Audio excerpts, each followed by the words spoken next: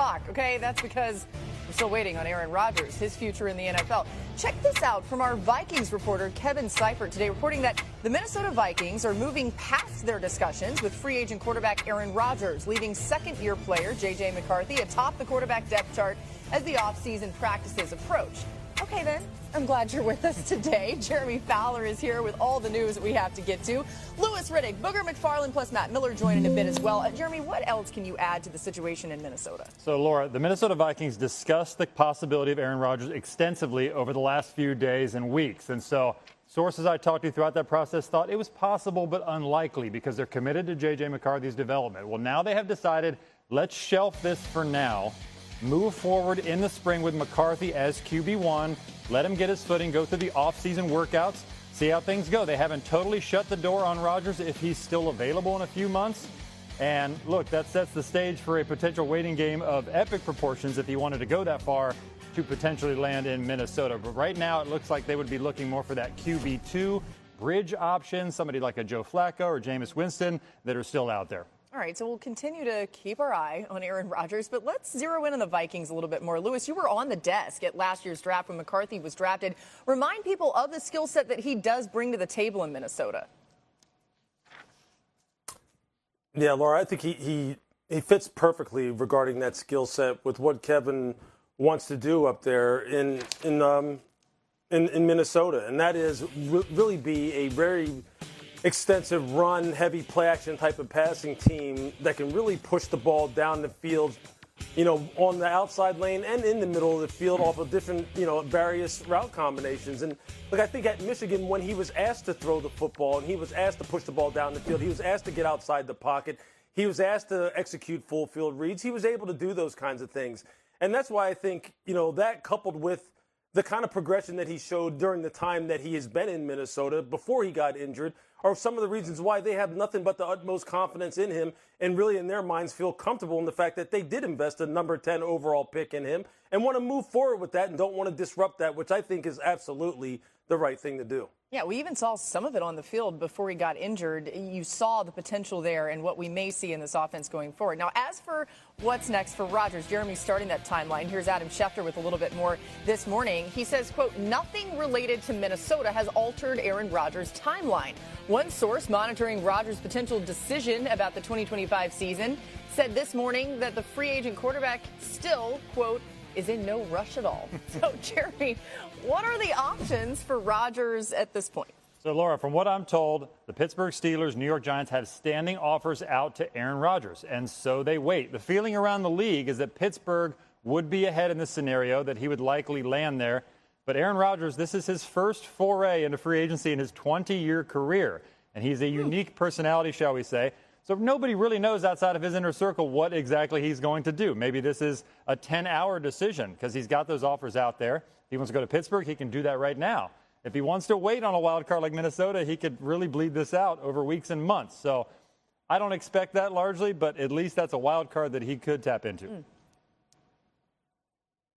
Yeah, this is one of those situations where the teams like Pittsburgh and the New York Giants kind of have to take back control of the wheel of the bus that's going down the highway here and say, hey, look, okay, so we obviously have made it well known that we would like to bring you into the fold and have you be our bridge situation and then see how it plays out from year to year, from that point on.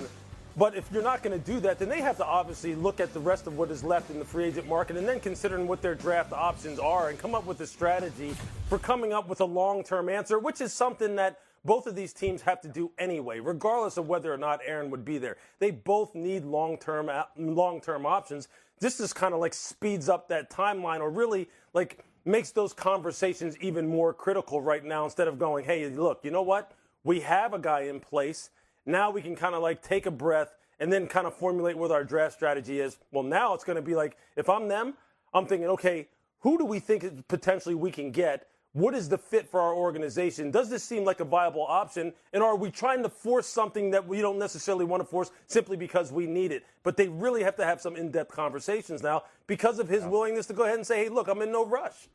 Yeah, to Lewis's point, my sense right now, and again, all this is fluid, but my sense is the Pittsburgh Steelers might be willing to wait a little bit. The Rodgers is their target right now. New York Giants are in the same boat, but Do they get impatient? I think that's the team you look at in question because they've already visited with Jameis Winston, Russell Wilson, Joe Flacco. Do they just say, we're going to cut our losses and go with a veteran here? They also, of course, have that high pick in the draft at number 3, so they have options there potentially at quarterback.